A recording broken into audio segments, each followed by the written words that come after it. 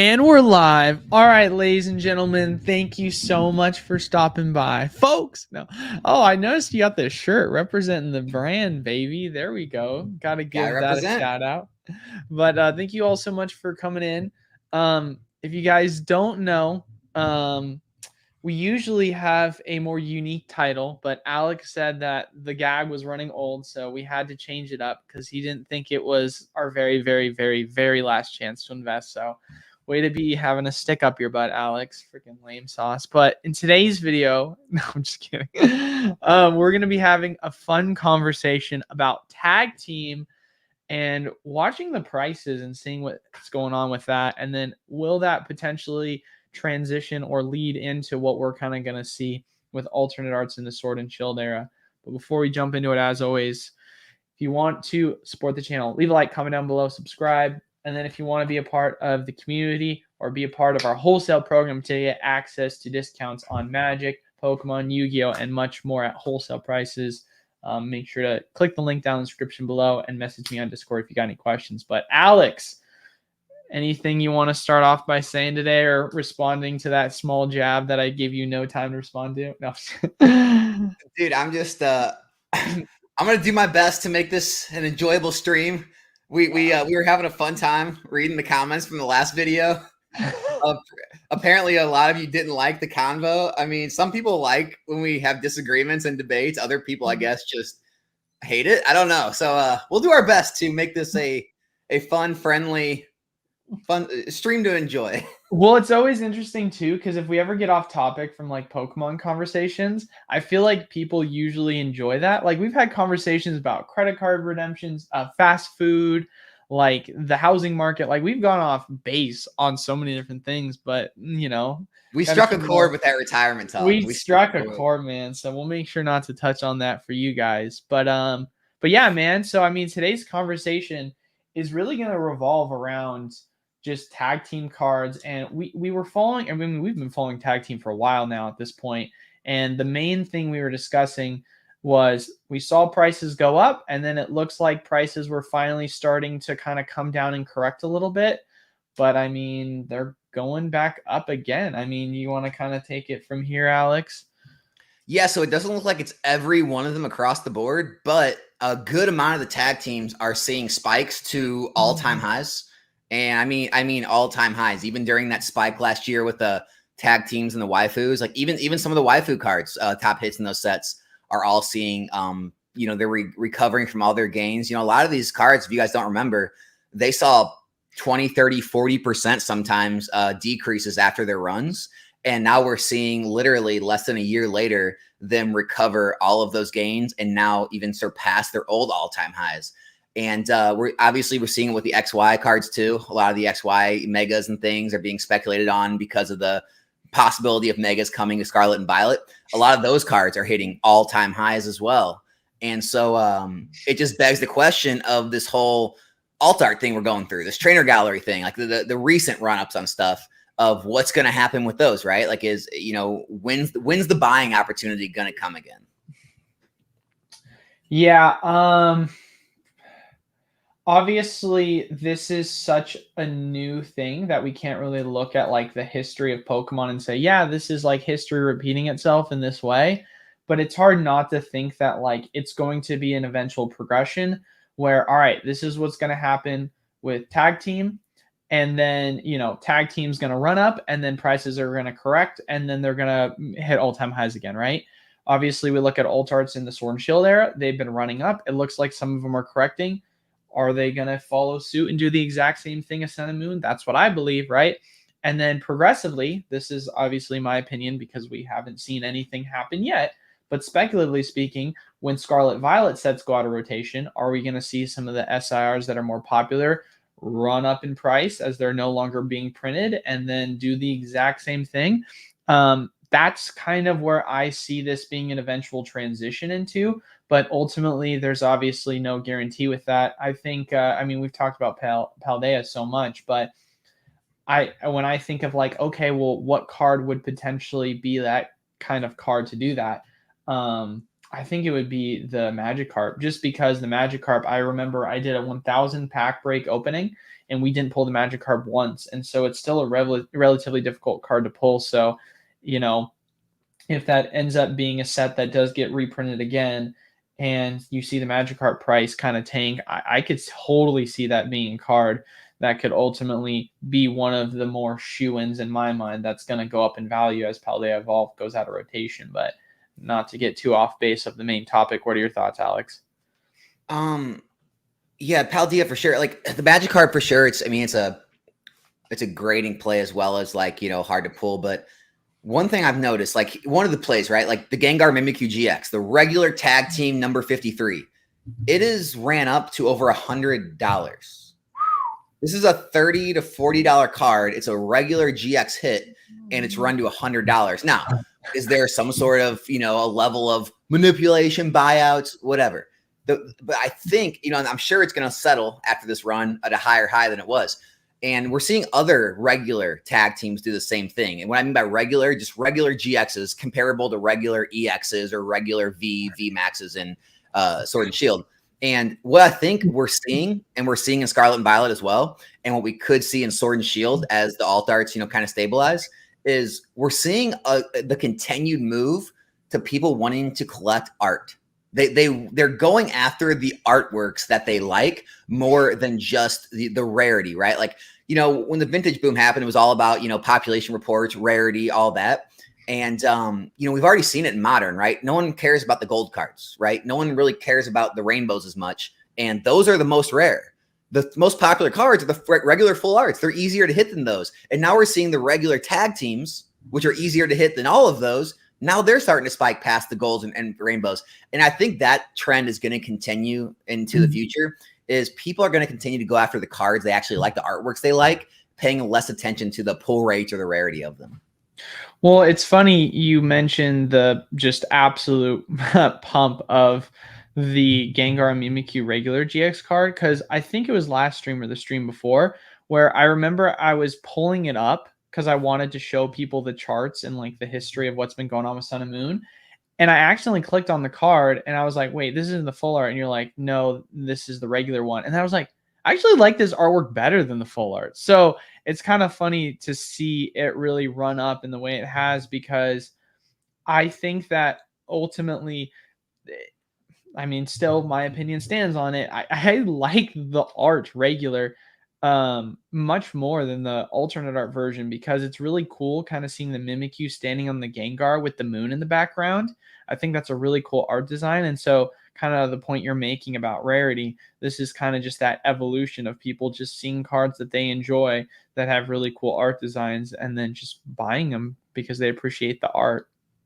Yeah, I mean, it's always been this way with I guess not always. In the very beginning with the rainbows, it wasn't, and then the gold cards, but it's for a long time now, it's kind of always been that way, where people prefer the full art version with all the colors over just the rainbow or the gold version, because a lot of the times in the sets it's the same artwork, right? They just copy and paste the artwork on 3 different cards. They throw one as full color, one is rainbow, one is gold. And it's been pretty, especially with the full art trainers, people have preferred the full art actual colored version than the other versions, even though they're so much easier to hit. And so it's not like a new phenomenon. It's just the new phenomenon right now is coming in where people are now even preferring the way lesser hits, like the regular cards, just because as time goes on, they get more scarce, and people start to realize, wow, this art, I like it as much or better than this other art, and I'm going to value the art more than the pull rate or the rarity. So it's pretty cool to see. I mean, how to play that in Sword and Shield, Scarlet and Violet? I don't have an answer for that right now, but it's something to think about. I think that, and I'll get your opinion on this. I think that when it comes to the value of a card, and more specifically within the set itself, I think there's 3 things to consider, right? I think it's the character itself. I think it is the scarcity of the card, like how hard it is to pull. And then I think it is the art design. I think probably in order, I would say art design, character, scarcity. I think that's kind of how I would put it on most important to least important. But ultimately, I would say that going back before Lost Origin, I would actually have flip-flopped it and said character, then art design. But since Lost Origin with the Aerodactyl, that kind of changed my outlook on what I saw to be true. And then, I was talking about it when Paradox Rift came out. I wouldn't shut up about the Groudon. Alex remembers that.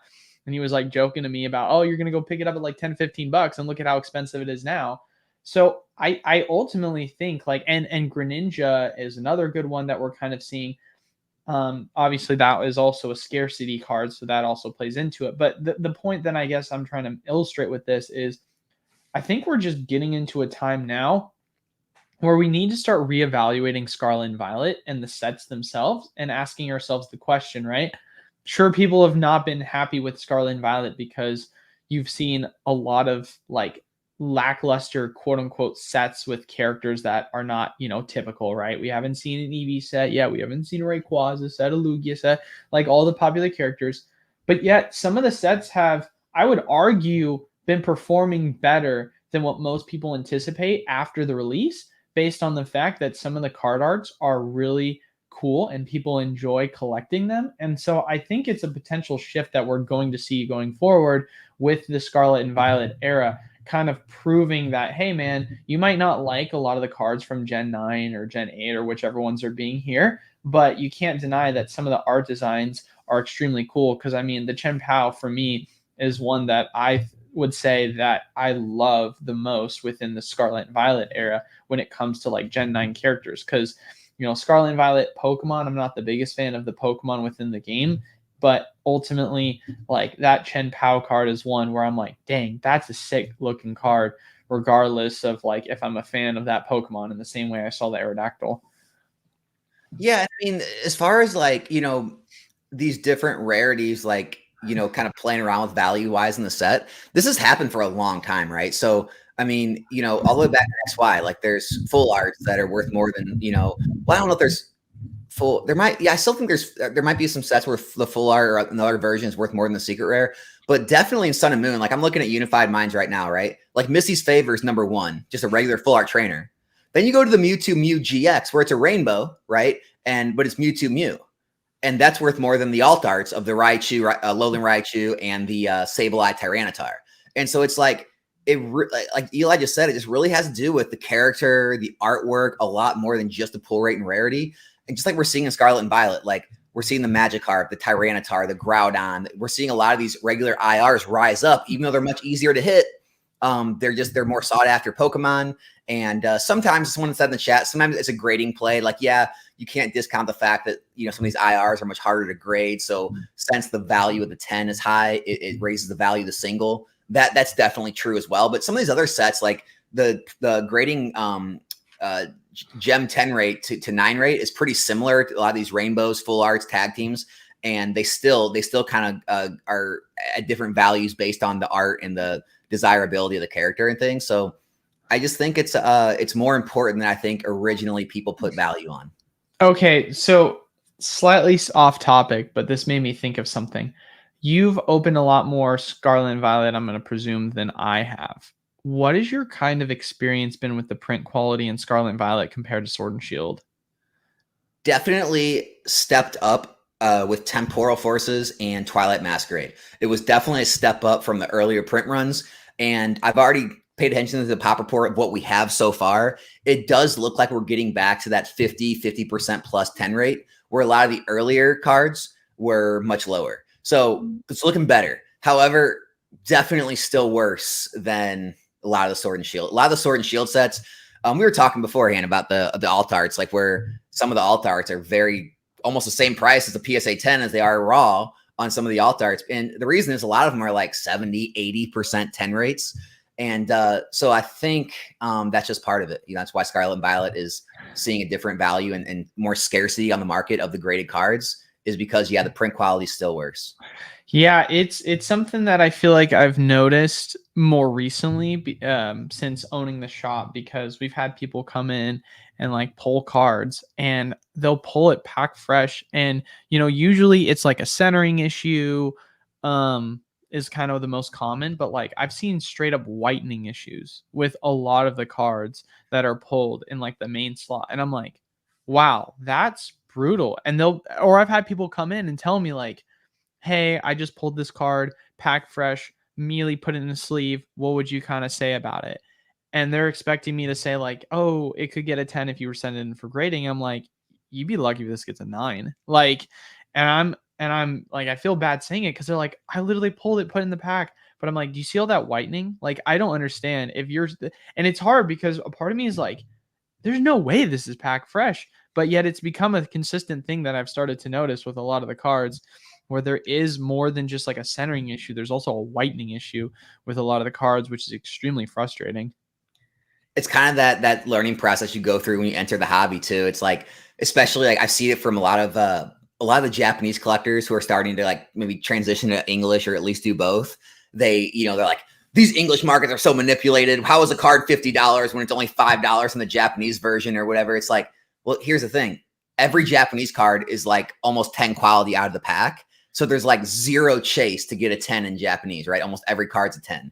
Where in English, like I said, some of these cards are like 20, 30, 40% 10 rate.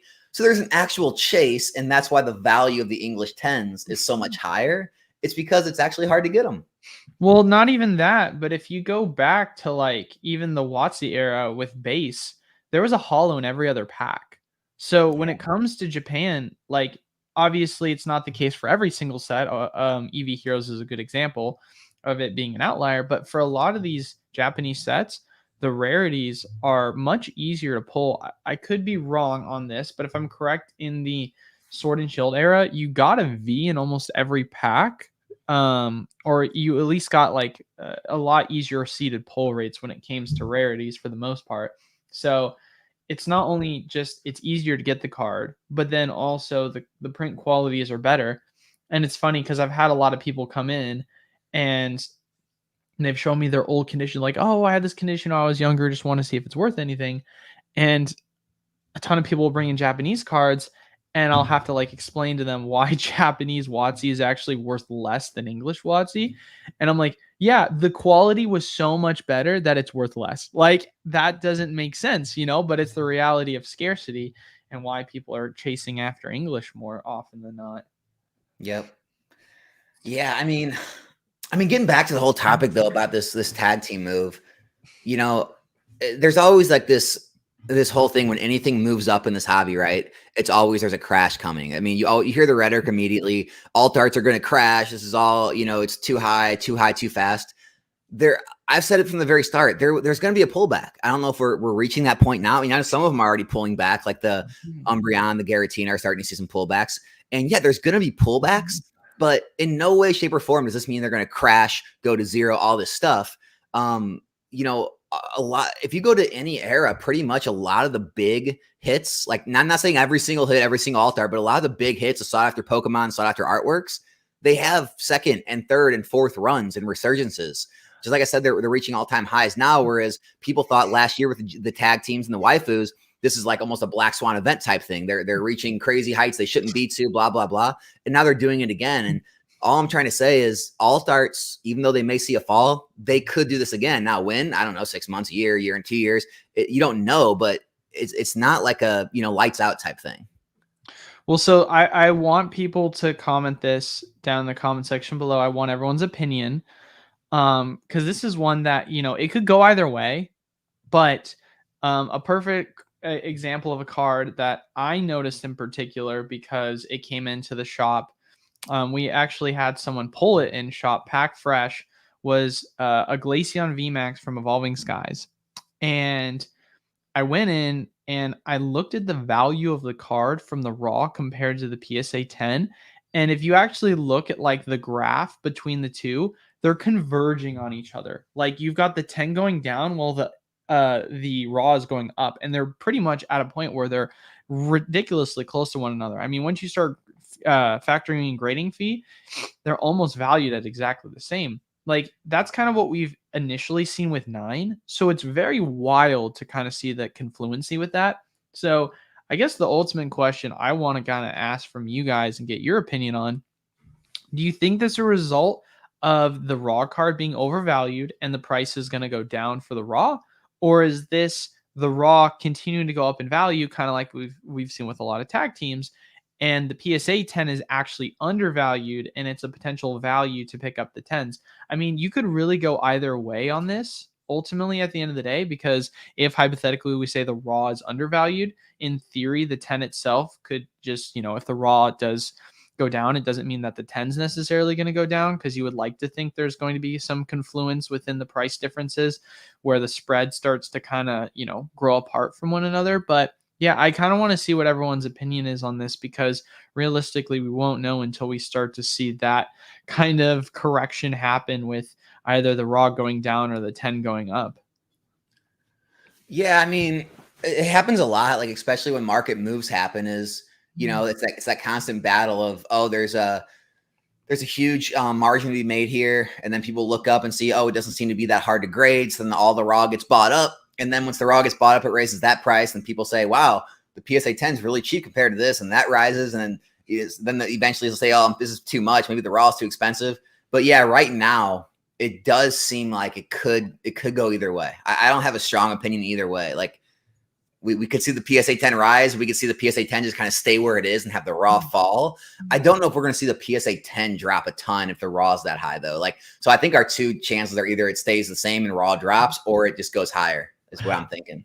I'm thinking it might be a little bit of both. I think that you might see the raw price go down, and then while that's happening, the PSA 10 price slightly goes up. So it's not like this thing where, oh, the raw keeps going up, time for the PSA 10 to blast off. It's like, oh, maybe the raw is a little overvalued, and then you see that kind of correct a little bit. But in the meantime, oh man, maybe the 10's a little undervalued, and then you see it go up a little bit.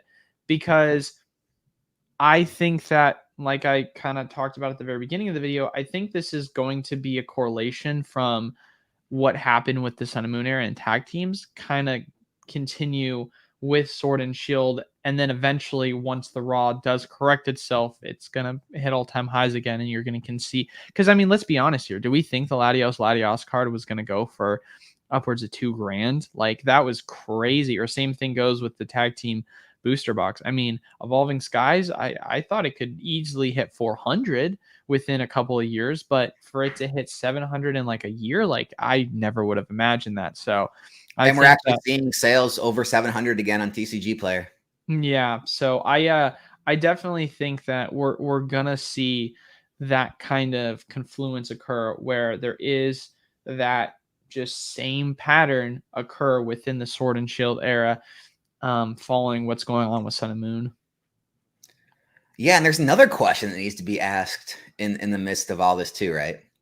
And you tell me your experience with everyone you've talked to. We've both been in this hobby a long time. We've talked to hundreds, if not thousands of people, right?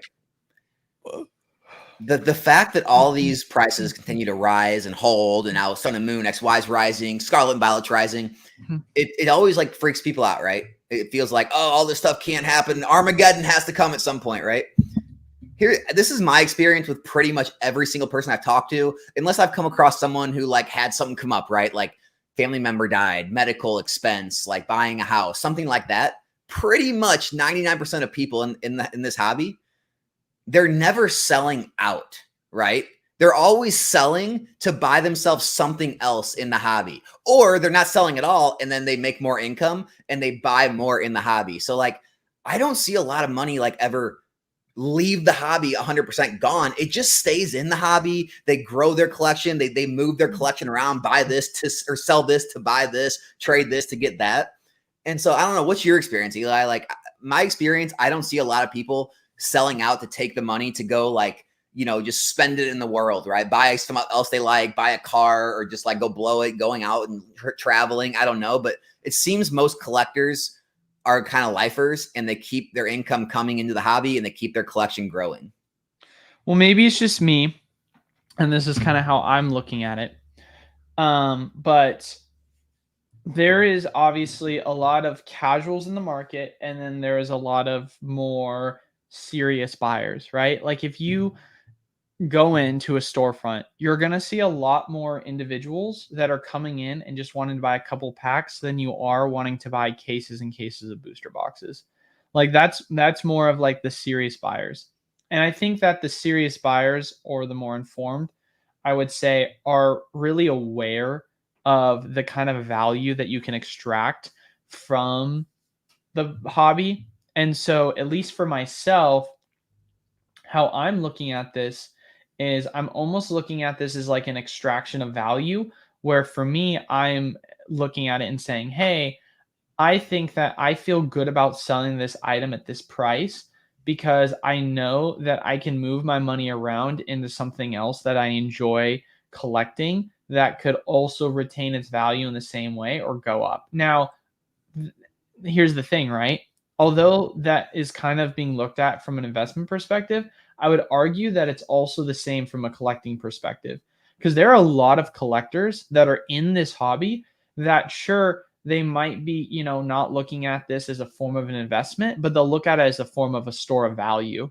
Because if there's a way that they can dump money into this hobby without having to lose a ton, like, let's be honest, if you go to eat out or if you go on vacation, that money's gone. It's not like that money's ever going to come back. But if you can have enjoyment through this hobby by collecting things, but then also couple that with your items that you're collecting being a store of value, then that's a double win in that regard. And so that's kind of how I see things within this hobby. And I mean, a perfect example of this, and I know this one is more specifically speaking to the investment side of things, but I was talking to Alex when we kind of saw that small supply of Lost Origin come onto the market, and I think right now I was checking the price, it finally broke below 200. It's at 190 a booster, and I was looking at it and I was saying to myself, where am I kind of standing this entire situation? Because I have such a large amount.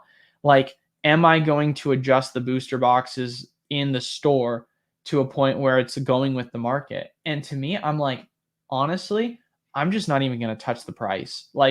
I feel as if this is an item that I feel so confident in the strength of it long term that this is going to be such a blip in the price of Lost Origin that even if it goes down to 180, 170, it's going to be one of those items that's going to continue to go up once it goes out of print, and it's just going to keep going up in the same way. So kind of looking at it from that perspective and saying hey, there's going to be moves that I'm going to make where it makes sense because I'm taking profit, but then there's also going to be moves that I'm not going to make because I'm looking at it and saying, wow, I think this is a really strong long-term form of value where I'm not really nervous on what's going to necessarily happen in the short term because I know that this is an item that's going to perform well long term just based off the content inside of it. No, I'm in agreement there. Obviously, I'm holding Lost Origin as well. Yeah. Someone asked about the pull rates. I'm trying to look up data. So there's not a lot of data about the Sun and Moon alt art pull rates, but a lot of the major hits were over 100 packs. So here's the thing: the pull rates I think were very similar on Sun and Moon alt art tag teams as they were on Sword and Shield alt arts. Now, couple that with the fact that they're much lower printed sets because obviously Sword and Shield was printed into Oblivion. They're much lower printed than Sword and Shield. The pop reports are much lower because there's some few of them out there compared to Sword and Shield. And so technically, they're kind of more rare. Sun and Moon tag teams are more rare than Sword and Shield alt arts. Tag team alt arts, I should say. Not just the regular alt, the regular full art version, but the actual alternate art. And so, yeah, it's very comparable, if not, better for the tag teams. So I know we're not talking tag teams here, but the one thing that I definitely get a little bit, I say a little bit nervous. I'm not ridiculously nervous on this, but I think of alternate arts within, or SIRs, right? I don't know. I see them as the same thing. When it comes to the first couple of sets within the Scarlet Violet era, and I wonder how that's going to play into effect. Because obviously artwork is going to rule, and that's why you see, like you said, full arts, which are much easier to pull, being much more expensive. But at least from my personal experience, when I was opening Scarlet and Violet base set, I was pulling an SIR 2 per box. So I don't know if that is my own personal experience, but considering I was opening 1,000+ packs, and I felt like it was just as easy as well to pull SIRs and how they evolved and Obsidian Flame. So maybe, once again, maybe it's just my personal experience in the packs that I opened, but I almost wonder how that's more or less going to be taken into effect. Now, obviously, just because it's easy for me to pull SIRs doesn't mean it's easy for me to pull the SIR that I want.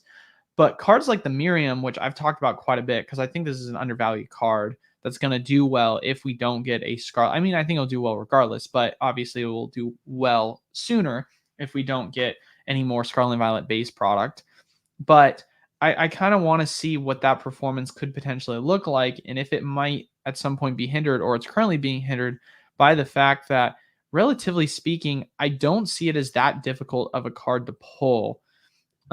Since, at least from my experience, SIRs, I pulled it multiple times when like the set first came out. I remember I pulled it within the first like 100 packs. I pulled it, and then I pulled it again every 100 packs, versus like the Iono card, where obviously there's a lot more SIRs in Paldean Evolved, but I pulled the Iono card like one per like half a thousand or something like that, packs opened or something. So it was way harder to pull that card.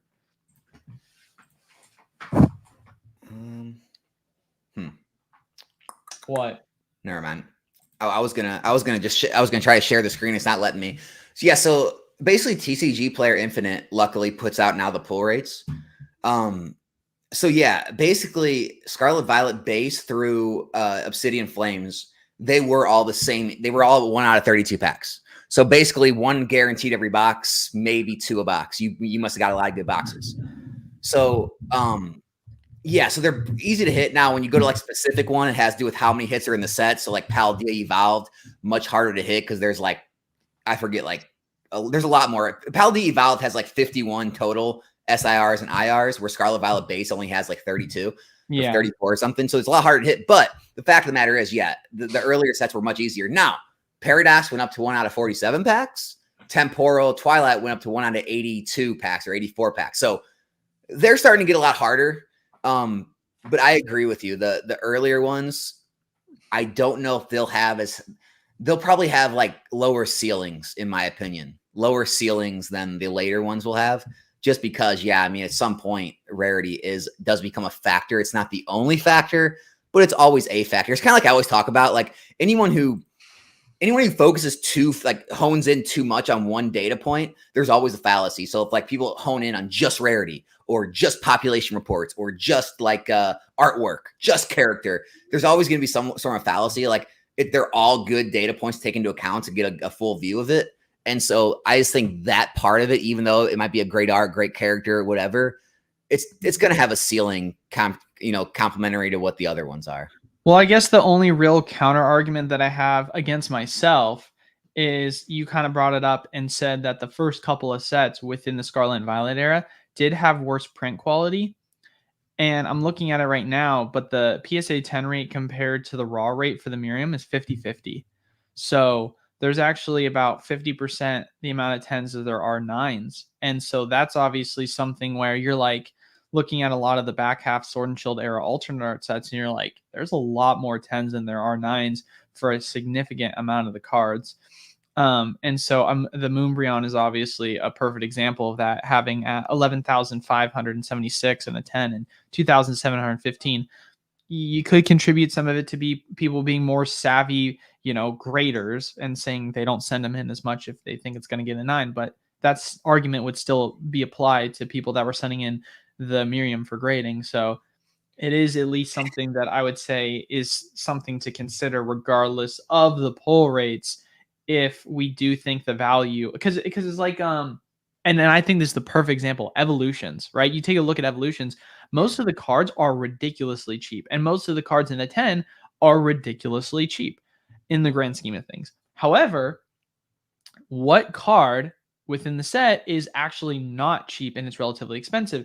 It's the Charizard Holo, because specifically with that card, the print quality was so much worse. And so that's why the card in a 10 is going for several $1,000s, where most of the other cards in 10s are going for like a couple $100. So kind of looking to the rarity and the supply of the cards compared to the potential scarcity that could occur with the prints, it kind of looks like you could see that same exact balance occur with Scarlet and Violet on specific cards.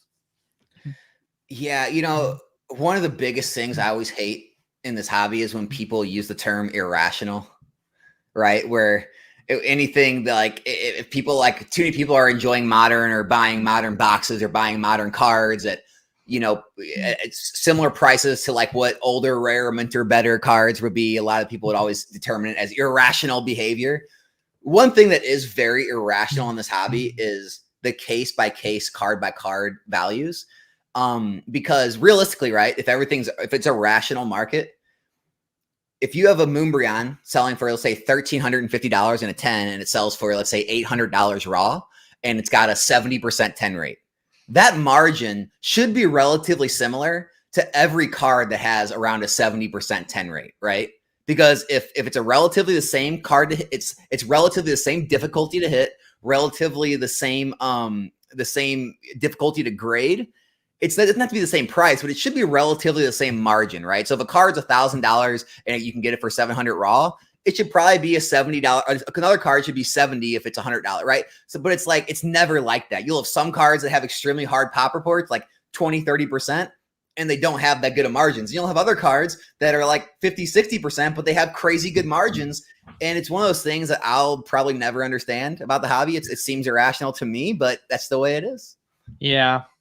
I think the only time it really makes sense to me if there's a clear and obvious choice of a card where you look at it and you're like, wow, that's a pretty sweet art design. Even if you're not a fan of that Pokemon, you can at least appreciate that art design. Like that I feel like it's pretty, at least for me, clear and obvious. Oh, yeah, I do actually want to have a point about that. So I got into, you know how we talked about before this, getting into debates with people.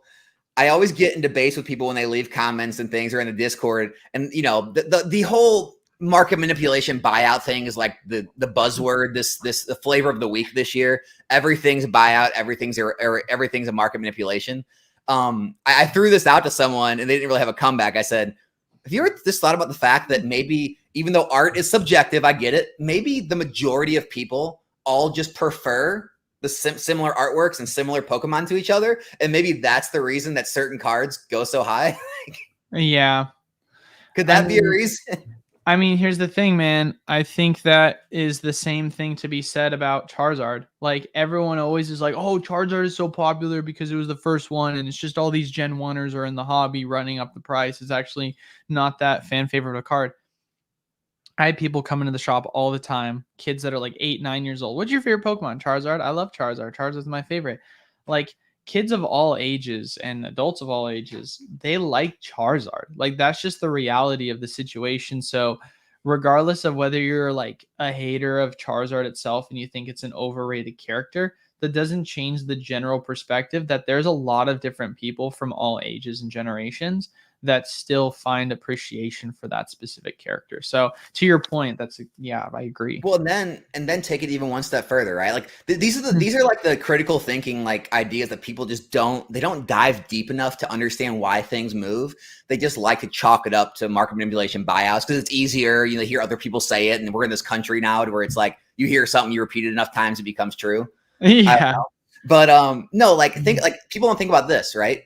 There's new people entering the hobby all the time. So let's say there is X amount of new people in this hobby since Sun and Moon even existed. They don't even really know about Sun and Moon. They barely got through Sword and Shield. They're in Scarlet and Violet. They never even worried to go back and look at these cards really yet, right? Someone brings it to their attention, right? Maybe a YouTuber, maybe it's in a Discord, maybe an Instagram, and they're like, wow, what is that? Tag team, that looks really cool. They go back, and then more people start talking about it because more people are finding it. And then maybe a couple of YouTubers make a video about it, brings it to more people's attention.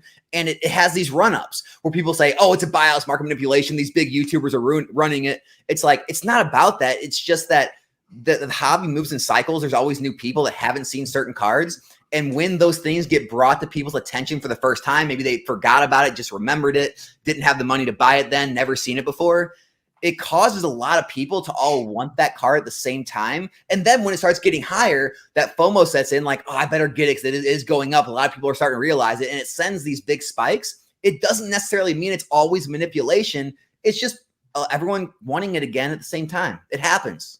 It happens. Well, I mean, I think that if you look at Hidden Fates and Evolutions, those are two sets that are like a perfect example of that, because those sets both came out before you had the like COVID effect. And I remember like booster box or ETBs were going for like upwards of $300 for Hidden Fates. And this was before Logan Paul. This was before COVID. This was before quote unquote investors making a difference. And so the fact of the matter was, you had a set that at the time was considered to be so cool that it brought a lot of people back in the hobby. And it was just solely something that was running off the effect that people were just hugely in favor of like a really cool shiny set. And people love to, I mean, I remember one of my buddies who actually got me back into Pokemon, specifically because of the Sun and Moon era. I kind of skipped, sorry, Alex, the XY era a little bit. And I just really started to kind of fall back in love within the Sun and Moon era. And so for me, it was something where when I saw Hidden Fates for the first time, I was like, dude, this is such a sick set. This is so cool. Like I really, really enjoy this set. And so you saw a lot of people kind of find that appreciation, which is why the Charizard was going for so much. And a lot of the other cards that were in the set were going for so much.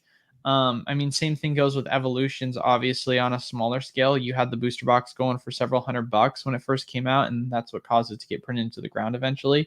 But there was such a like resurgence of demand when that came out around the time of Pokemon Go. So you're always going to have sets, and you're always going to have cards that are going to just like bring people either literally back into the hobby, right? Because you see that happen all the time, or just bring people a newfound excitement or appreciation for a specific card or a specific set or whatever it may be. Just looking at, wow, I think this is a card that could be really cool to collect or chase, and I really want to have it. Well, and then also for anyone who like buys into the buyout manipulation rhetoric, right? It's like, well, when does it end? Like when would a buyout or a manipulated card or product when does that like rhetoric end? Like, shouldn't it crash then at some point when the manipulation's over? Like, perfect example of this is Latias Latios, the tag team from Team Up. It's not a super popular species that we normally see, right? Cool art, I mean, arguably there's just as good art in the set, but it caught fire and it ran up, and there was people screaming back then, buyouts, manipulation, all that, and it ran up to crazy heights. It fell off, and now it's rising again. And so it's just like, this is years now, guys. Like it's over a year's time. At what point do people say like, and now after it's dropped off and now it's recovering and people are buying back into it, at what point is it no longer a buyout or manipulation, and it's enough people just like the card and they're willing to spend that amount of money on it? It's kind of, they talked about this a lot in like investing in like trading, like cryptos and stocks and everything. It's always funny because how it usually is heard is it's like, it can't go lower, bro. And it's kind of like a meme. Like when you think it can't go lower, it can, right?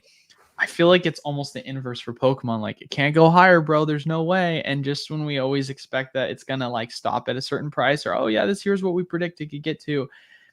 I swear, like that's why at this point I give my prediction, but then I also am like, but if it does hit this price, I won't be surprised, because I've just gotten to the point where I've been so off base on my predictions, which is why they're predictions, on the price in which I think that it is more than likely going to run up to, because it ends up always overshooting it, right? Like, at least I can see it happening at this point because I'm predicting it's going to go up to a certain price point because I believe in the value of the item or the card or whatever. But always overruns it at this point, it feels like. I think the only one I can think of where I was really like off base and it took longer time to finally like go shoot up would be the Charizard Ultra Premium Collection, and that was just because I drastically undervalued the amount of supply there was of the actual Charizard UPC. I've already been getting crap from people about my prediction that Evolving Skies would be $1,000 a box by the end of the year, and I still think it could happen. Man. Like, just because it went stagnant a little bit. I mean, guys, we're in June.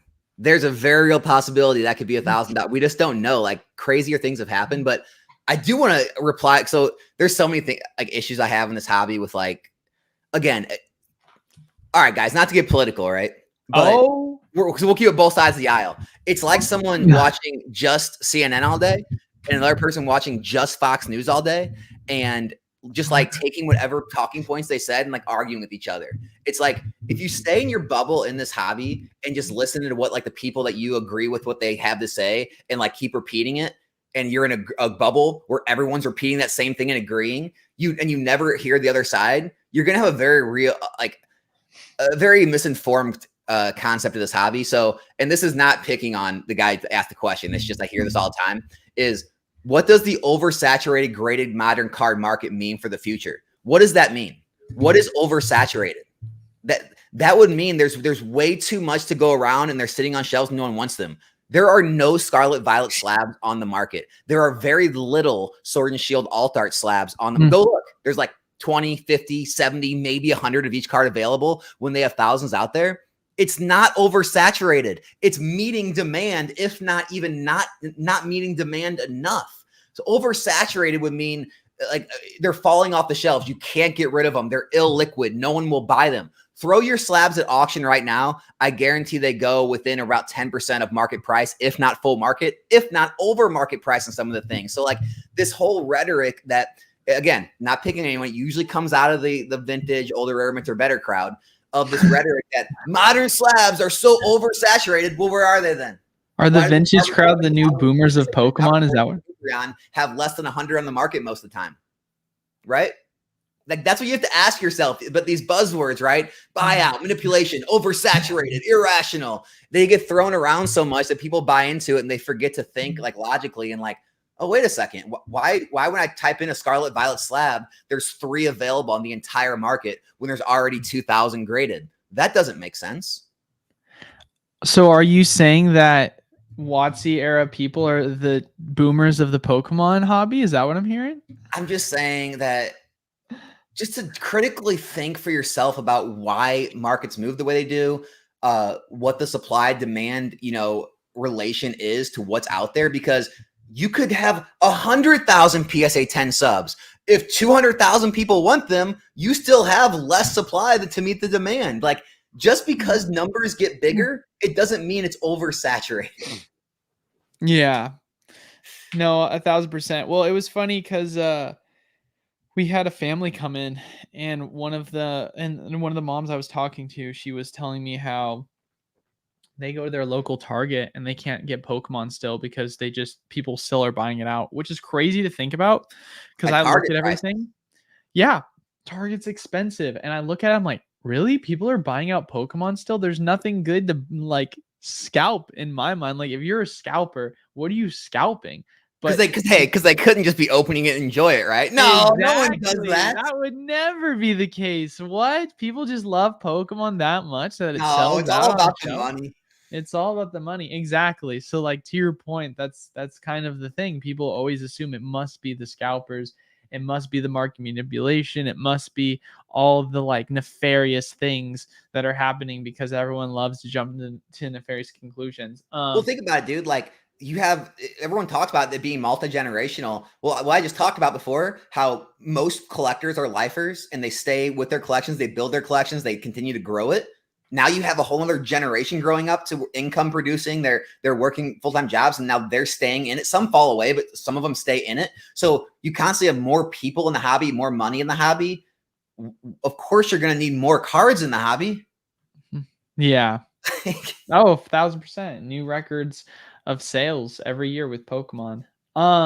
This is kind of off topic, but also kind of on topic because you like mentioned your point about like people being stuck watching like their generic news stuff and being kind of stuck in the fear-mongering cycle. I don't know if you know the comedian Ryan Long, but he made a video. It was a parody video, and it was called How to Sell Protest Footage to Fox News and CNN. And like the running joke of the video, it's super funny. If you literally look up that exact title I just said, you can find it.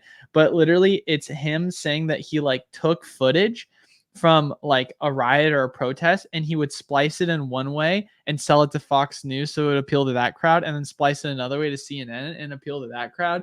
And it was like this whole bit about like making fun of like both networks, saying that no matter how you splice it, like you can always kind of make something appear a certain way that's going to appeal to a specific like following. And I thought it was a really good like commentary on just kind of how tribal humans are, societally speaking, and how like they've talked about this just human nature tendencies.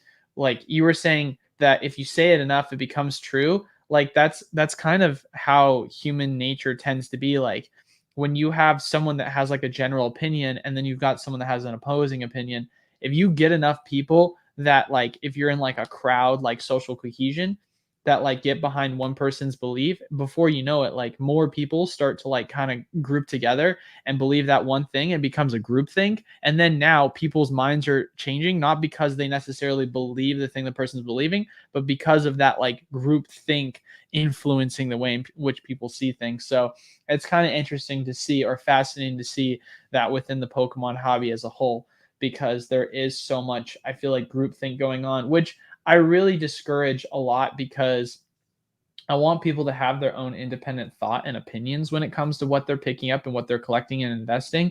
Like, listen, if you have questions for us on like what we like, that's one thing, but it's another thing if you're coming in with zero kind of like thought into the hobby, and you're more or less just wanting us to tell you what to buy for you. Like, you should at least still enjoy the hobby for what it is and be able to kind of pick up the things that you enjoy, or at least have some sort of input before you just immediately say, just tell me what to buy and I'll just buy it. You know what I mean? Like there needs to be a more of an independent thought in that regard. Yeah, that's the hardest part, like especially about being a content creator. Like I'm definitely guilty of the same thing the media is, right? Like here's the thing, guys. You don't have to, one, be a liar, which I'm not, and you don't even have to like do like these, like he was talking, these techniques where you cut things and make people say certain things. You don't even have to do that. Because here's the truth of it, right? Let's say there's 100 news stories that happen every day. Well, Fox News, they can just take these 10 to talk about that day. CNN will take these 10. And it's not that they're lying, they're just leaving out the other ones. Same thing with Pokemon, right? It's like, I'm not lying when I say anything. It's just like, well, Alex, you didn't talk about this thing going down, or you didn't talk about this other item going up. It's like, maybe sometimes I'm guilty of leaving it out on purpose. Maybe other times I just don't even know it's happening. But at the same time, it's like, I try to make a video every day, not all the time, but it's like, there's constantly hundreds of things happening in this hobby. One, it's impossible to talk about them all. Two, just being a human, my interests aren't in everything. So I'm not usually going to talk about things I'm not interested in. And three, it's just like, there's only so much time in a day to even know all of what's going on. And so it's not that everyone always has doing something wrong. It's just the fact that it's impossible to report or to push every single thing just because of, human tendencies and not knowing things like that. Alex, why aren't you talking about Japanese more, man? Are you just an English shill? Come on now. Dude, that is what I get asked about so much. It's just, and it's mind blowing to me. It's just like, I think about that all the time. It's like, I don't know who it'd be like me going to like some other channel that talks about like, I don't know, like here, I'll go to like some guy's channel who talks about business or who talks about just the collecting side and be like, why don't you talk about investing? Or, hey, why don't you talk about this? It's like, that's not what I do. Like, why are you here expecting Alex to talk about Japanese? It's just not, I don't pay attention to that market. I don't enjoy that market.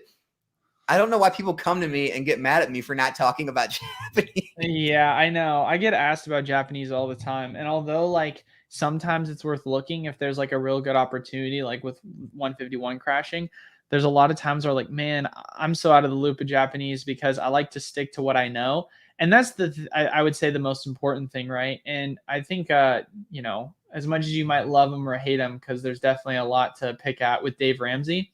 There was one video that he was talking about where he was talking to like an extremely successful entrepreneur, and the individual was taking a lot of his money, and I can't remember what it was specifically that he was investing in, but there was something that he was investing in that was extremely a niche thing.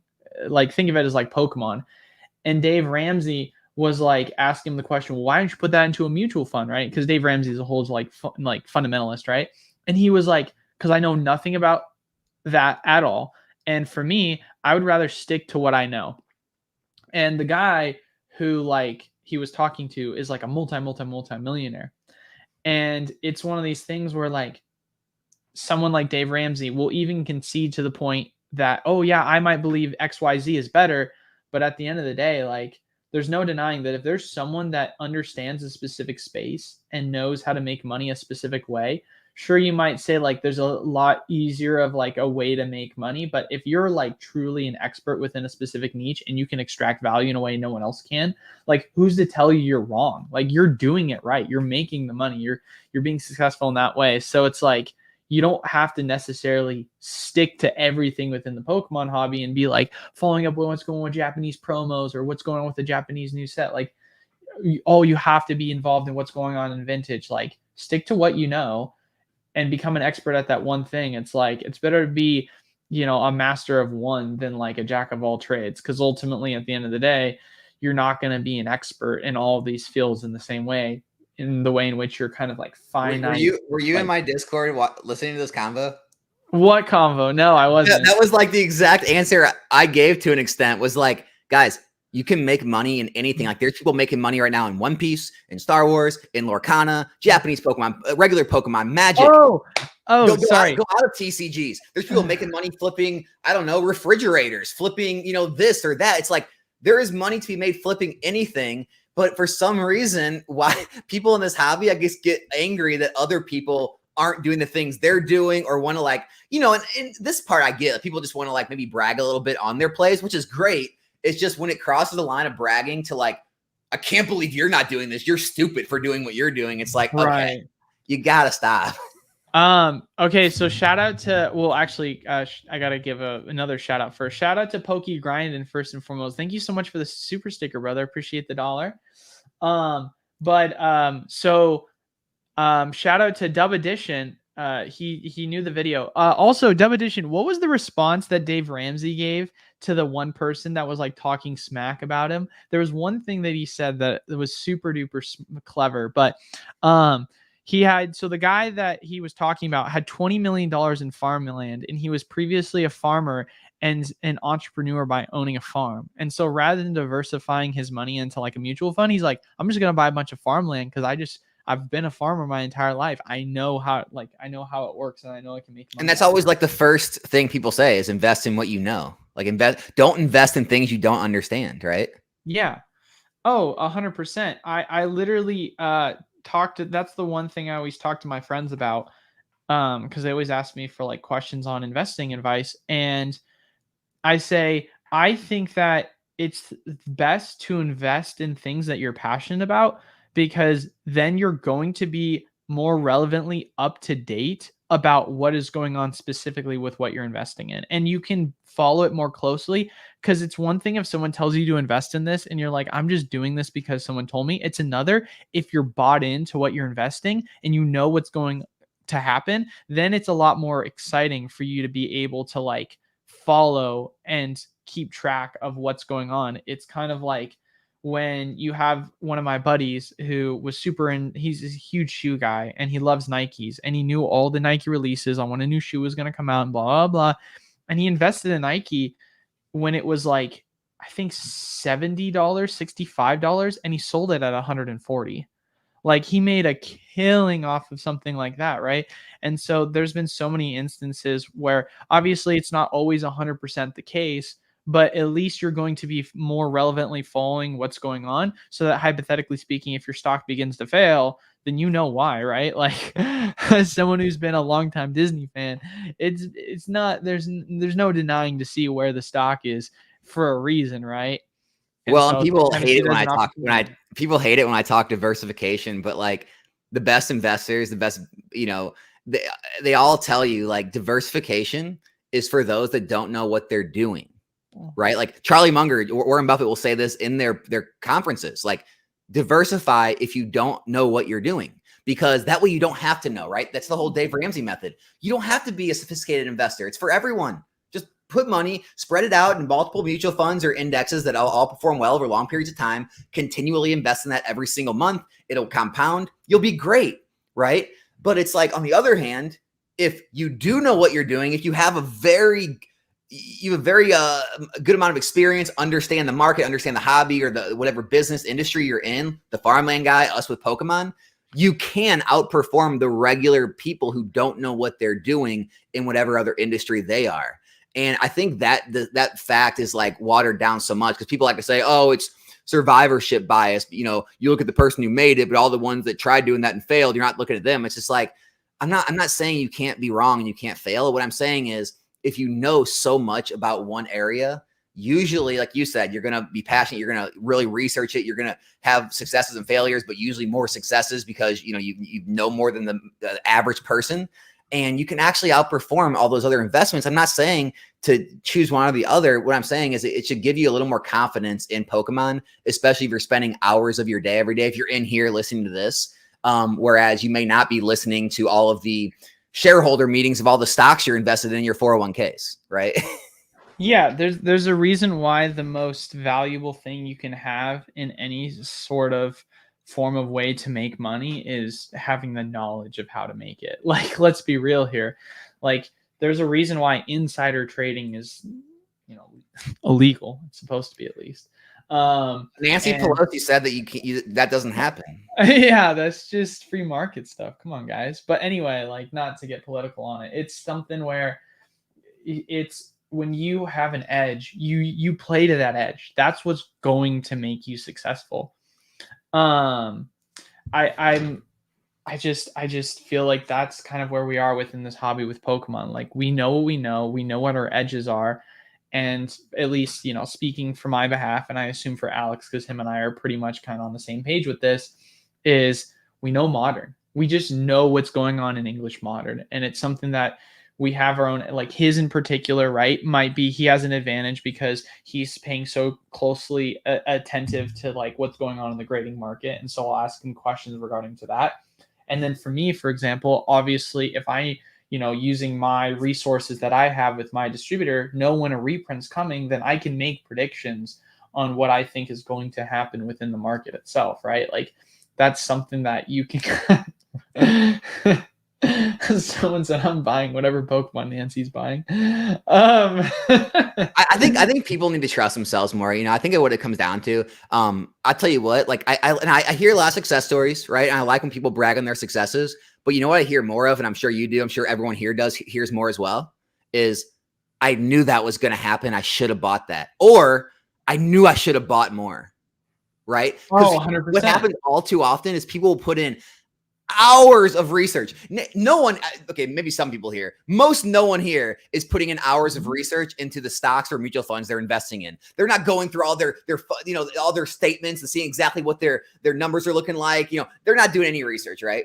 But people will put in hours of research into this hobby, into the cards, into the boxes. They will have it narrowed down. They know where to buy it from, how to get it under market, you know, what they think it's going to do in the future based on what other like things have done. And they'll have a great grasp on it. And I'll be like, so did you make the play? Well, no, I don't know. Or yeah, I bought one. You bought one?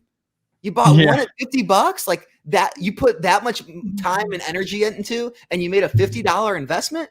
And it's just like, man, I wish people would have more confidence in themselves for the amount of effort they put into this. That's why I'm putting all my money in GameStop. It's official, guys. It's confirmed. You know, I'm just, it's going to the moon. No, I'm just kidding. And he is not a cat. Yeah, right. Dude, it's okay, I don't want to get off topic here. We're going at an hour now long. We should probably start getting some questions. I told Alex before the stream we had one of our employees call out because he was sick. So we're definitely going to have to try and wrap it up here at around the 1:30 minute mark, Pacific Standard Time. So we'll start going into any questions. If anyone has any, now is obviously the time to ask. And in the meantime, we'll kind of go through and see what old questions that we may have. But yeah, while we kind of look for some questions. Brett said that was your excuse last week, dude. You come on, you came up with a new title. We got to come up with new excuses.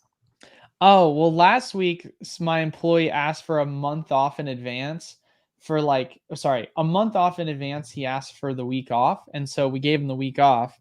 And then this week he called off sick. So I don't know what you want from me. I can't control that. So I've been out the shop every single day except for one day for the past 15 days. So I don't want to be there, but I gotta be there. Well, I do want to be there, just not every day. I'd like to have a break. So I literally it's been a fun time. Once you become a store owner, it takes up a lot of your free time until you finally have trained your employees enough to be independent of like running the shop. And then when they are sick, then you don't have an option. You have to come in, right? So that's kind of where the most difficult part, I feel like, and I could be wrong on this, but I'm just going to make this assumption.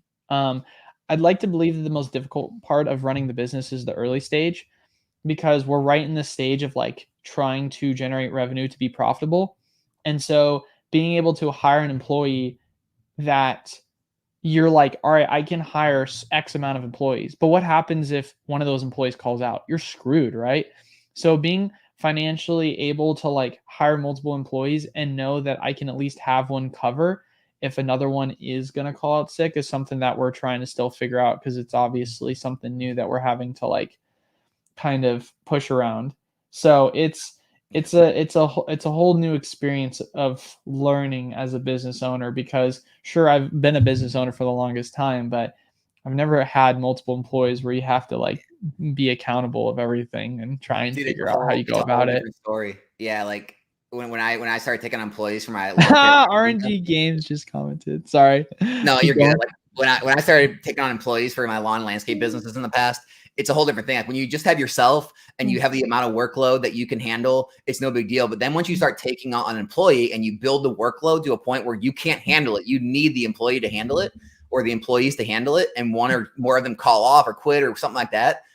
You literally can't get the work done, right? There's too much work to get done by yourself. And that's like the biggest difference. So it's like, luckily you're not at a point where it's like you can't run it without someone, but this is like the hardest part when you go from being a single owner to like something with employees. That's the hardest point. When you get to the point where you have such a well-oiled machine, you have multiple employees, like if one or a couple of them call off, everything can still kind of run without them. It just, things get pushed back. That's a good place to be. And single is a good place to be. In the middle, like right now, that's the hardest spot, dude. It's Yeah. hard. It's super tough too, because like, so I won't get into it too much, but we had an inventory discrepancy where things weren't being uploaded properly by someone. And so we had to go in and do an audit on our inventory. And while this audit was occurring, it was during the week of when one of our employees was gone. And so we had to like literally shut down our like bulk operation for a little bit to like try and get the inventory fixed. And it was this whole long process of us playing catch up with that, while also getting a ton of shipments in for the wholesale program, while also having the shop open. So it's like, because I obviously want to always have multiple revenue streams, but it's so difficult because if one thing like falls apart, or I shouldn't say necessarily falls apart, but if one thing like starts to consume a much more time because an error or a cog in the wheel starts to jam, then all the priority starts to go to that to get it running again, and then everything else starts to slow down, and then before you know it, you start to play catch up on other things. And so it's something that really like kind of puts into perspective how you need to have like implementations in place to make sure that, all right, how do we prevent this from happening? What can we do to like cover our bases? Because once someone calls out, like it would have been one thing if our employee was there for like a full week or two and helped us get our inventory back on track, but it's another like once that person's gone, and then all of a sudden you're not only having to play catch up because an error occurred and you got to focus priority on that error, but now you're also having to play catch up because you also are down an employee, so it's going to take you twice as long to try and get it done. And so it's like it's a whole RNG's right, man. Just you're always gonna have a backlog. Just get used to chaos. You Something's always have coming off the rails, and you're always gonna have more work than you can get done. And you're just gonna have to turn the lights off and come back the next day and pick up. Well, that's the thing that like we've had to accept, because so the inventory, we've got about around 100,000 cards in our inventory right now, and we've got about another 100,000 that we're gonna add for our operation. And I remember like, because I was talking to my wife about it, and I was like, man, like I just want this to be done. I'm so done. It's been 2 weeks now. The inventory, it's still not live. Like I want to make it happen. And so I told her yesterday, because the shop's closed on Mondays, that I play in a volleyball league Monday nights. It's like my one thing I get to do that's at least consistent.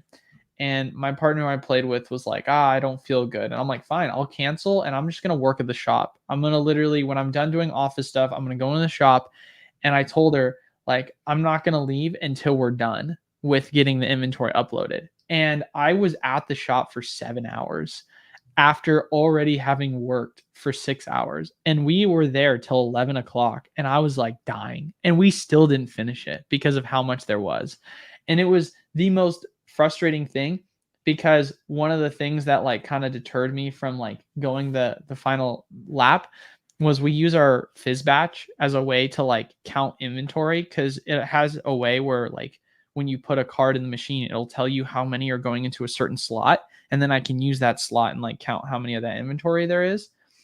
And at like 11 o'clock, or no, it was 10:30 because we were at the shop till like 11:30. At 10:30, they were like, we're doing our regular maintenance. Your machine's going to be shut off for the next hour in the middle of a sort. And we're just like, oh my God, we've been here for 7 hours now sorting inventory and now the machine's not even going to run. And so that kind of took away from like the motivation that I had to kind of finish it and just stay all night. Cause I was like, at this rate, we're going to be here at 1 a.m. Like there's no denying it. And so we just had to say, you know what? We've got like 4 more cases of like, 6,000 cards that we need to finish up. We can try and get this done in the next couple of days. I mean, if we really want to pull another all-nighter, we can.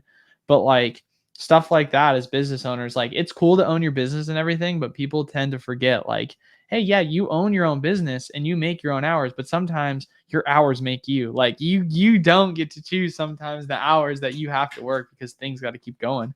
Dude, that's why like people need to hear this kind of stuff because in like RNG games, like he does a good job in his videos of like being transparent about like the work. Like that's always been my biggest gripe with this hobby and content creators in this hobby is 99% of the content creators, they downplay the time and the work and they always upplay the money they're making, the success, their sales, right? And it's really like disingenuous for newer people or people who are thinking about doing it, thinking about upping their business, because it doesn't give a realistic, frame of mind to like how much time and energy and effort and money and everything it takes to actually get up and going and actually do it day in and day out. Because, especially in this new culture we're in with like all the social medias, it's all pumping like entrepreneurship and all real jobs are bad. You got to work for yourself. And it's just like, there's something to be said for clocking out at the end of the day, going home, having nothing on your mind and not having to do anything.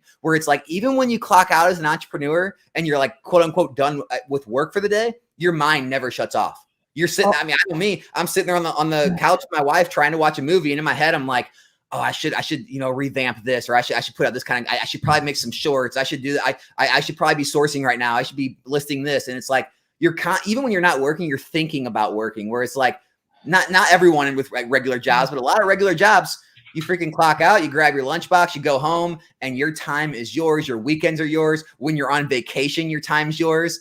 When we're on vacation, we're still probably getting up in the morning. I know I am, at least for like 45 minutes, an hour before the day of that vacation starts. I'm still like replying or filling this or taking care of this fire and just at least keeping the business going, keeping the content, everything going, even while I'm on vacation or while I'm off. So that definitely gets downplayed too much in this hobby.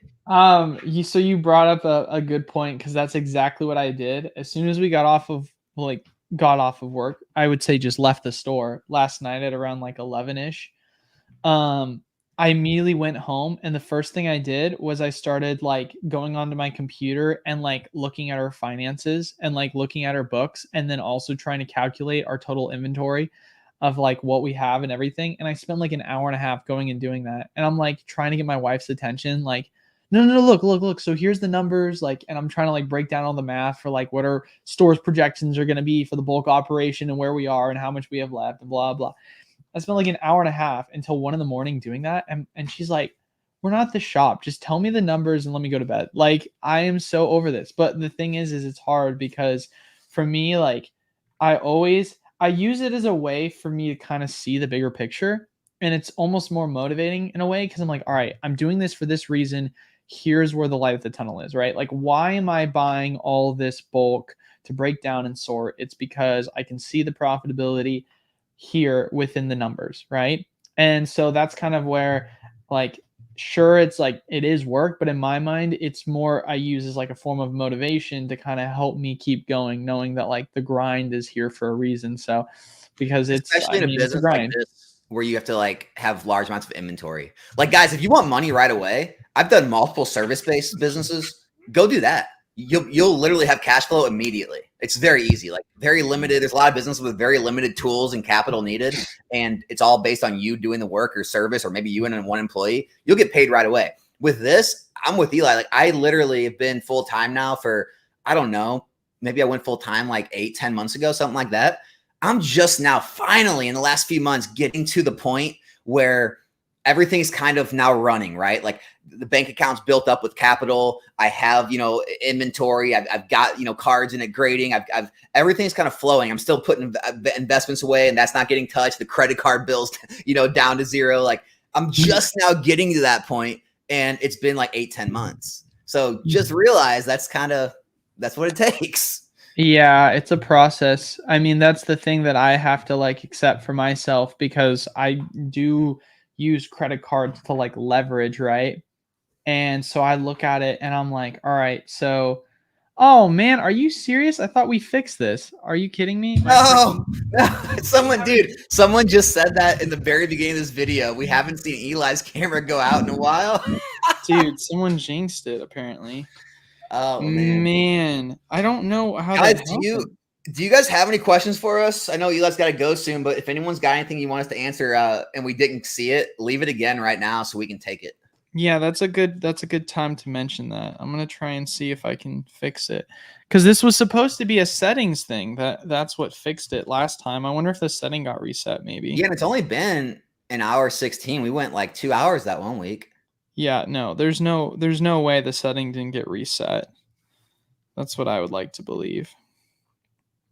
But you see any questions that are worth Eric. mentioning? Well, Eric just said buying a bunch of near mint raw cards that look perfectly centered on eBay and then sending to PSA for profit, good or bad. Eric, that's one of those questions where it's like it's impossible to answer, right? Like, depending on which cards, like, and if the pictures are good, yeah, like, so there's actually a lot of cards, especially right now, that don't even make much sense to grade. Like, and what I mean by that is if the card's like $5 or $10 and it's going to cost you like $15 to grade the card, but it's only selling for like 35, 40 as a PSA 10, you're basically just spinning your wheels to make a couple bucks, not much. And so just make sure they're cards that actually have margins built in if you do hit the 10. As far as nines go, there's still cards out there where nines will break you even and make money. A lot of the times, though, after selling fees, PSA grading fees, the nines are going to lose you a little bit. So just, don't be afraid if you buy a lot like that and some of them aren't gradable. Don't think that you have to send them all. Just send the ones that you think are gradable and sell the other ones off as raw and just kind of eat the little fees and shipping.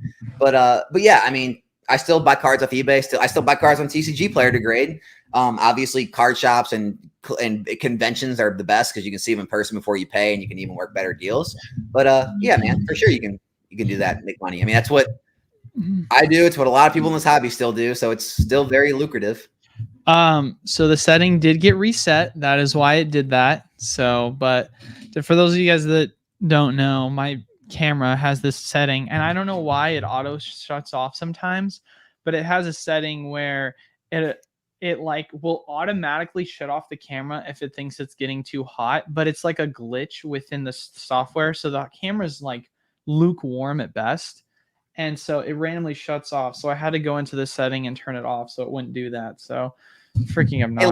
Hey, let me respond to this one more before you reply too. Jay Kim, I thought he was joking at first, but no, he actually made a good point. He said, Alex, thank you for teaching me about the Japanese market. But then he said, and MSRP, meaning Pokemon Brian said that Japanese is better because it's above MSRP. Guys, I saw that video. I don't know how serious Brian was being. Brian's a smart guy. He makes stuff for content too. Just know that. I don't know how serious he was being about that. But yeah, for anyone that doesn't know, Japanese MSRP is set at like, what is it, like 35? It's set really low. It's set like at a realistic price point. Whereas English, they give it this unrealistic price point of like $160 something now. Whereas at release, even pre-release, most all the stores, every online seller is selling it for around $100, if not a little less, maybe a little more.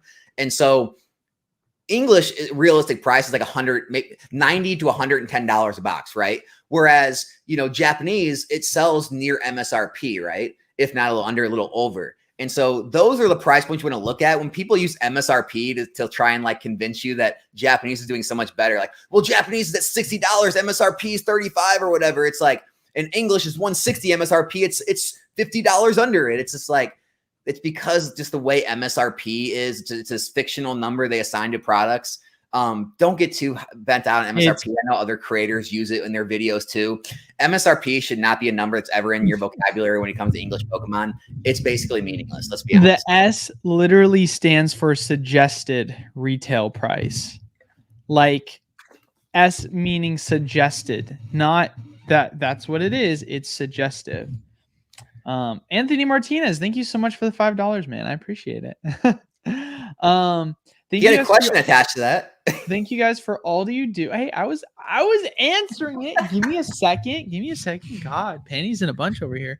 Thank you guys for all you do. Where do you see LO by the end of the year for a booster box case? End of year. Ooh, okay. Do you want to go first? Or do you want me to go first? I've been talking a lot. You can go. Okay. See, I don't want to say end of year as a good marker. I'll give you your answer, but I want to talk more or less a year from now. And the reason why is because we talk about it a lot in our videos in the live. There's seasonality in this hobby, right? And if you tend to see a lot of the product values going up, it's usually during like the springtime to like going into summertime. And so for me, do I think LO could go up and just go back above 200 and go to like 220 plus end of year? Like, yeah, of course, I think it could go that. But I think you're going to see most of your moves really happen a year from now. And you're going to see the price of LO. Realistically, I think it could go up to 350. I think that's kind of what my marker is 350 this time next year. I've said before that obviously if you want to go even more conservative, more aggressive, that you could say it's totally possible to be at like 500,000. I'm not saying that's what it's going to do, but I'm saying that it would not surprise me because obviously evolving my prediction was 400 and I was off and it was 700. So I could see that being a reality, but I would say that I think 350 is a very realistic price point to kind of see sometime, this time next year is kind of what I'm thinking.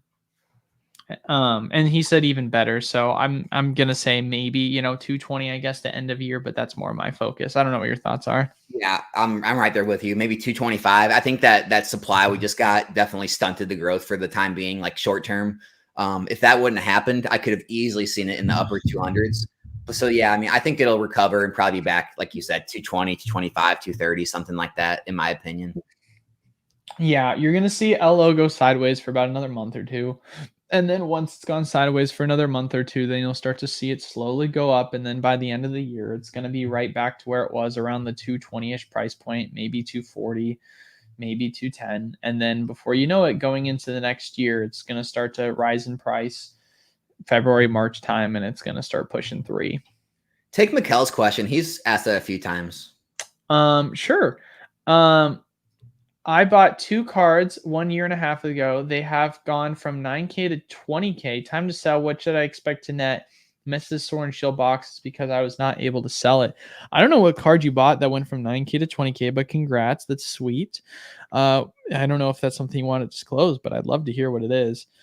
And you didn't miss anything. You made a as good or better, maybe a little worse play than some boxes, but you just made that play instead of another play. So you didn't miss anything. You did great. Yeah, you shouldn't ever see it as a miss. Like, it's always so easy to because it's so funny. It's so easy to look at the negative. You could go and read the comment section of your video and be like, wow, look at all the positive things people are saying about me. And then one person leaves a bad thing, and then that's the one thing you fester on. Like, the same thing goes when it comes to investing. Like, people are going to see, like, they could have made 500%, returns and then been like, but see, if I'd actually gone in this one, I could have made 550%. I missed out. It's like, you're always going to focus on the miss out. But at the end of the day, you're not missing out because it could have been where you decided to invest in something that made you no money, right? Or you could have invested in something that lost you money. So don't say you missed out, because ultimately that you made profit, and you made really good profit. So that's something to be excited about.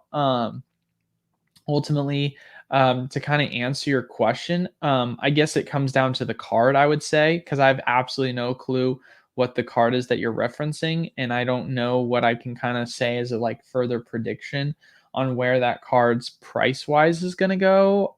I don't know. What are your thoughts, Alex? Is there any sort of generic advice you can give past not knowing what the card is? Yeah, I mean, it's that boring advice, but it's just like, there's a few things, right? One, once you get into cards that expensive, it's harder to find buyers, that you become less liquid. So that's why I don't like to personally be in things that expensive. But yeah, 2 cards, so I'm roughly $10,000 a piece. That's one reason I would like to get out of those and get into things that are going to be more liquid, that might see similar gains. Now, if you still see better gains for the future, you think these are going to go to 40K faster than like a Sword and Shield box is going to go from 180 or 200 to 360, 400, or a Scarlet Violet box is going to go from 90 to 180, then that's when you keep them, right? But so one of the things would be more liquidity in the more the products that more of the masses can't afford and want, or and kind of recent. And then the other thing is missed out, or should I expect a net? Oh, what should you expect a net? Obviously, like eBay TCG player, you got your fees and shipping. One good thing about, or it's a not TCG player, eBay. One good thing about eBay is the what is it called? Where they authenticity guaranteed. Oh, So okay. one good thing I about was them like, is what do once they you receive that card and they authenticate it, you're good. You're off the hook, right? That buyer can't return it. They have to take it. It's authentic. They're going to get it. eBay insures it to them, so you don't have to worry about it getting lost in the mail at that point. So that's one good thing. What I would try is, if you have any local shows, like if this card's that rare, that expensive, probably going to get some pretty good offers, pretty good trade values from people like that at a show, or something like that. So that may be a route you want to take if you want to get out of it. Yeah, that's a good piece of advice. I would definitely say that. I've been Yeah. having a lot of people say that we should have our own booth too, to get exposure at local shows, because there's a lot of them going on in Phoenix. Wasn't Card Show this weekend too, Yep. actually? Yeah. Yeah. Did you go to that? No, I'm going to go to CollectCon this weekend. Oh man, Collecticon. Yeah, so it's one of those things where, like, we went to Orlando for a vacation last year, and then this year we're going to like the Northeast for like New Jersey CollectCon, and like doing all kind of stuff up there. And we can't do 2 vacation. We can, I just don't want to do 2 like trips like that a year, because they're both like 13, 14 hours away. So they're going to be like longer vacations, things like that. So that's why I didn't make it this year. I can't remember. You're married, right? Yeah. Yeah, that's what I thought. Yeah, that's fun, dude. That's cool. I've literally never been to one of those events. Never once. I want to go to one, but I need to feel confident that the shop won't burn when I just step away for a second. Then I'll feel comfortable doing that. Yeah. Because we've talked about it before. Eventually, what I want to do is just kind of like continue to grow the shop, but be less involved, where on weekends I can go travel year round and like post content of like doing bending, because that's something that I'm a lot more passionate about, because I do find enjoyment with a lot of the wheeling and dealing. And so having content out of that is something that you can always consistently churn out, rather than just like the regular everyday of like, let me post my top 5 pickups right now for Pokemon. I felt that one. I felt that. You felt that one, dude. Dang, throwing shots. Oh God, it's tough out here in the streets, man. But all right, let's just answer one more question, then I gotta wrap up here. Well, actually, I'll answer this question first. Eli, do you have Japanese 151 available with the distro program? What's the price per box? Yes, we do. I don't know what the exact price per box is. I can try and look it up. I know that we've got a couple of people that are pricing it at around like 40 or 50 a box. And then I had one person that actually is going to be adding supply to the sheet, and they said that they can actually beat everyone on the list. So I'll be interested to see what prices he has. I can, if you want to message me, I can message him and see what the price is. But he said it's extremely competitive. Hey, get AE collects question. That's a good one. Okay, then we'll end on AE's collects question then. We'll end on this one. Do you think Pokemon is slowly reducing booster box print runs so that the market at at street date correlation with the MSRP increases. Store buying boxes at market from distro doesn't seem sustainable. What do you think? I don't know. Here's the thing. It's hard to say because it's hard to say because there's so many factors that go into play when it comes to allocations that at least like you can never really take it on. It's always a case by case basis, right? Now, the only real way I can truly know is if I literally ask point blank from my distributor how, like, of the allocation pool, how much was it compared to the previous set, right? Which, to be fair, right? Obviously, this is what my distro said. You know, it could be full of it, could be whatever. They have informed me that the anticipation for the new set Shrouded is it's going to be drastically printed less than Paldean Fates. So I don't know what that's going to look like. Is that already off order too? Yeah, it is. Yeah, I I mean, went we to try already to did. order more, and it was already gone. Yeah, we already did pre-orders for that. Well, I just got kind of nervous when I heard that news, and so I wanted to get more information because the pre-order deadline was like 2 weeks ago, and I like to over-order because we've gotten like 100% of our allocations for most sets at this point that we've asked for. And so for me, I was like, we can just keep ordering more. But when I heard that news, it made me kind of nervous, like, oh crap, are we gonna get cut? Because I don't want that to be a reality where I'm just overcutting now because I over ordered and we didn't get as much as we thought. So I'm trying to be cautious here with that and juggle it. But I mean, what do you ultimately, think about like the prices though? Like, do you think we are going to get to a point eventually where stores can actually make money on sealed product? I mean, the thing is though, is stores are making money on sealed product. In store, like not online though. Well, stores are making money on sealed product in store. No. In store they are. I'm saying online that you can't. Oh, you're saying online. Oh, are we gonna get to a point where people are gonna make money online? Um, no. No. Are you kidding me? The problem is that the online market is like the Wild West. And I feel like this is kind of what Flesh and Blood is running into an issue of. Um is so Flesh and Blood has map pricing where basically if you don't sell it at a certain price, then they're going to get rid of you. And so for me, it's like, all right, I can understand you trying to regulate the market by just saying that you have to sell at a certain price, but you do understand that storefronts can make proxy TCG player accounts that doesn't tie to their storefront and they can flash sell it for cheaper than map. Or you can have individuals buy from a storefront and then go sell it for cheap, like because they want to get rid of it. Like there's always going to be ways to kind of beat around it. And the only real way, if you want to be smart about it, to like actually sustain the market is through less print. But the problem is with that is that then tells the Pokemon company that they're not going to make as much money in terms of their printing because they're going to print less. And ultimately, Well, it's kind of like Rudy always alludes to in his videos, which a lot of people have talked about, that some of these like big sellers on the eBay, even TCG Player, might just be distributors operating under a different name, like selling their own product type thing. Yeah, no, it's something that's interesting because I'm just like I look at it and I say, okay, they don't want numbers to just like continue to tank. Like if you have quotas that you're supposed to hit and you're like new record this year of Pokemon cards printed, new record this year of Pokemon cards printed, right?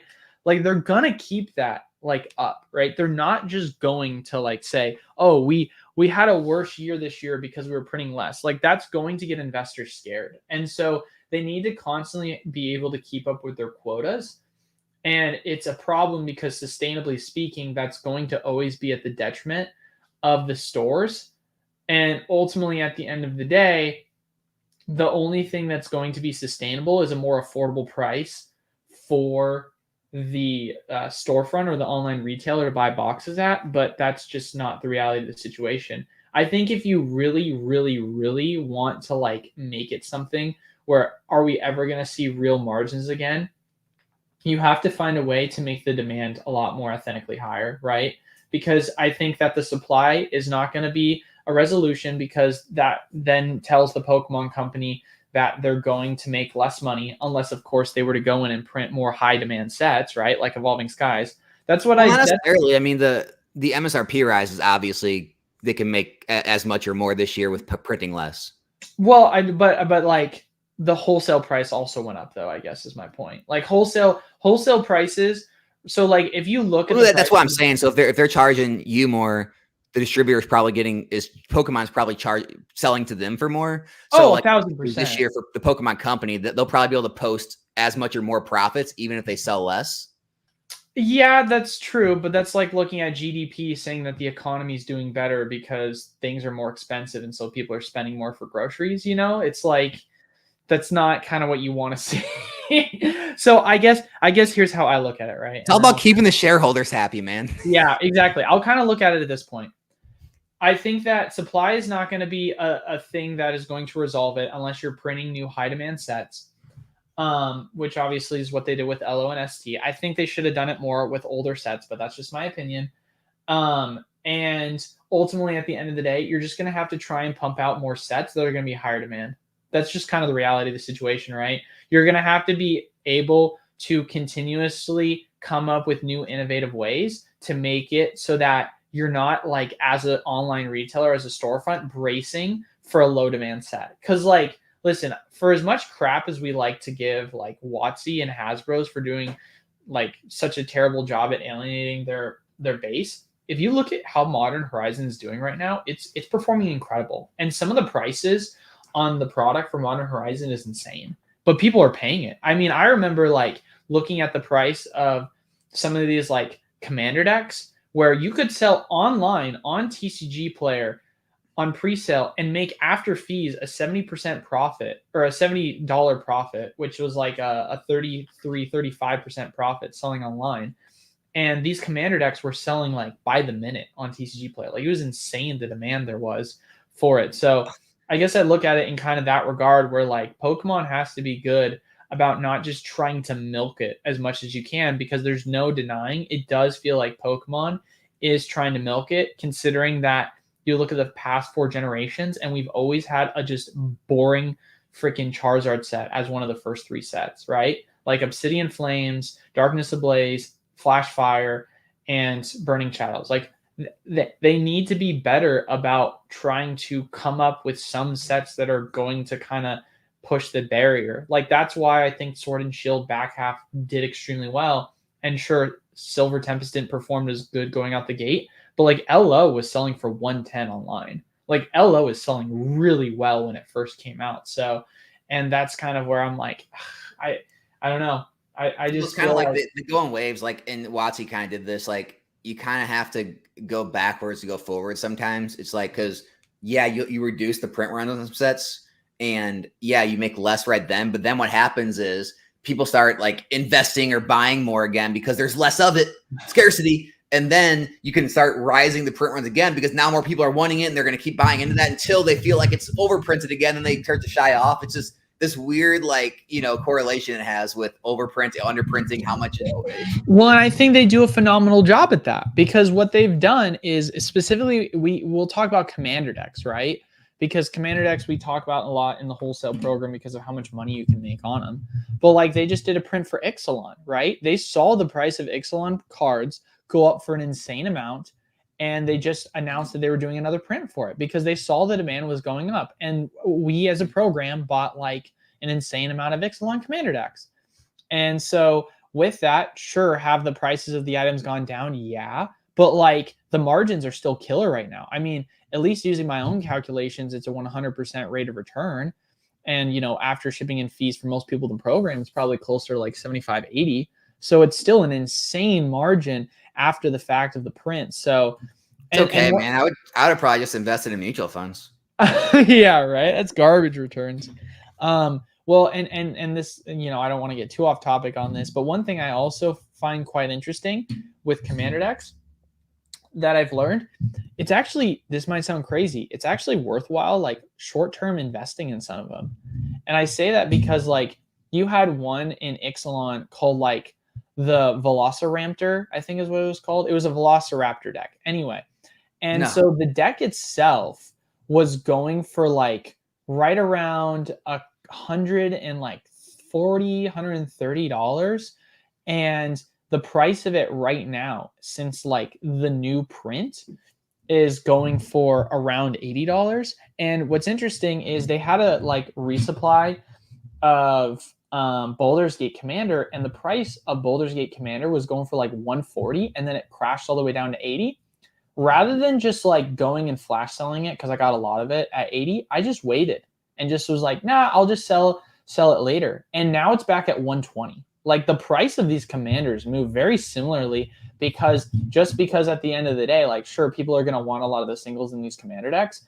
They're going to want the sealed decks too, because they're still extremely competitively viable decks that people are wanting to own and collect. So it's one of these things where using that kind of like foresight with Pokemon and bringing it into some of the sealed decks that I'm not breaking down because they're more valuable to keep sealed and sell sealed, it's something you can still apply in Magic in the same exact way. So it's like kind of looking at the nuances of the TCGs and then also seeing how they're kind of differently timing things, because ultimately at the end of the day, right, I feel much happier when I see Commander deck reprints for sets that, you know, I've been wanting to get a hold of, but the price, of course, has gone up so drastically much that I, you know, can't afford it. And then all of a sudden, boom, new supply.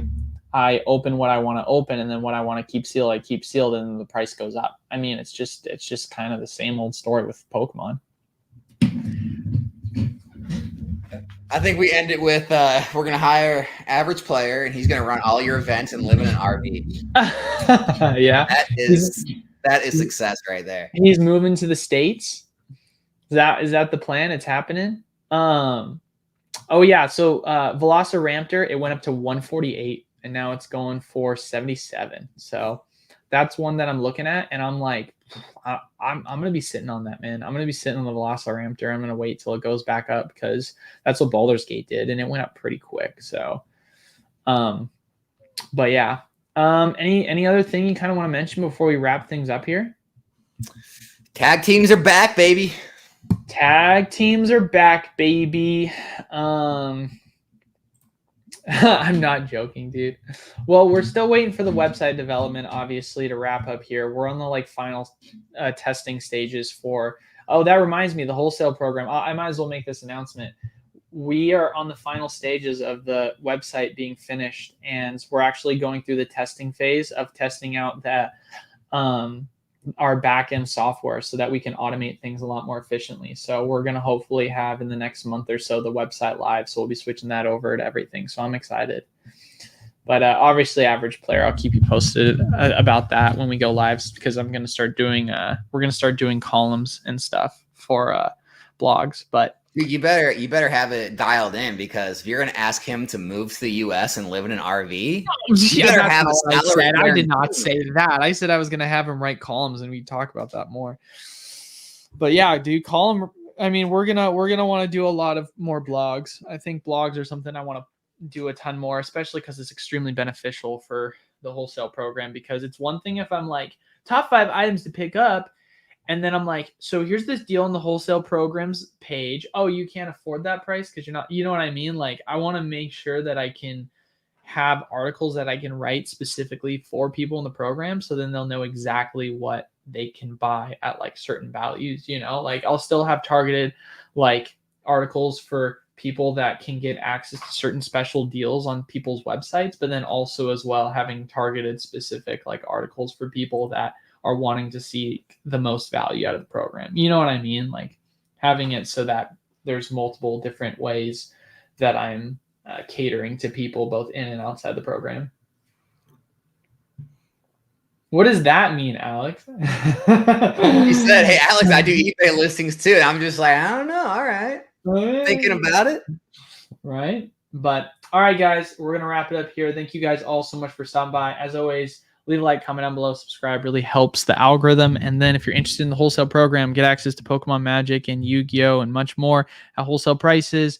Make sure you check the link down in the description below. If you got questions or want to be a part of the community, message me on Discord. But links down in the description below for that as well. Anything else, Alex, before we head on out? I think we should do like a have a recording of that and have it like sped up, like you hear it like the end of like a car ad or something, and we'll just have you say that same thing. And we'll just hit the button every time. Yeah, hit the button. Yeah, and then Alex, obviously, check him out as well, Nostalgianomics. So, but all right, guys, have a good rest of your week.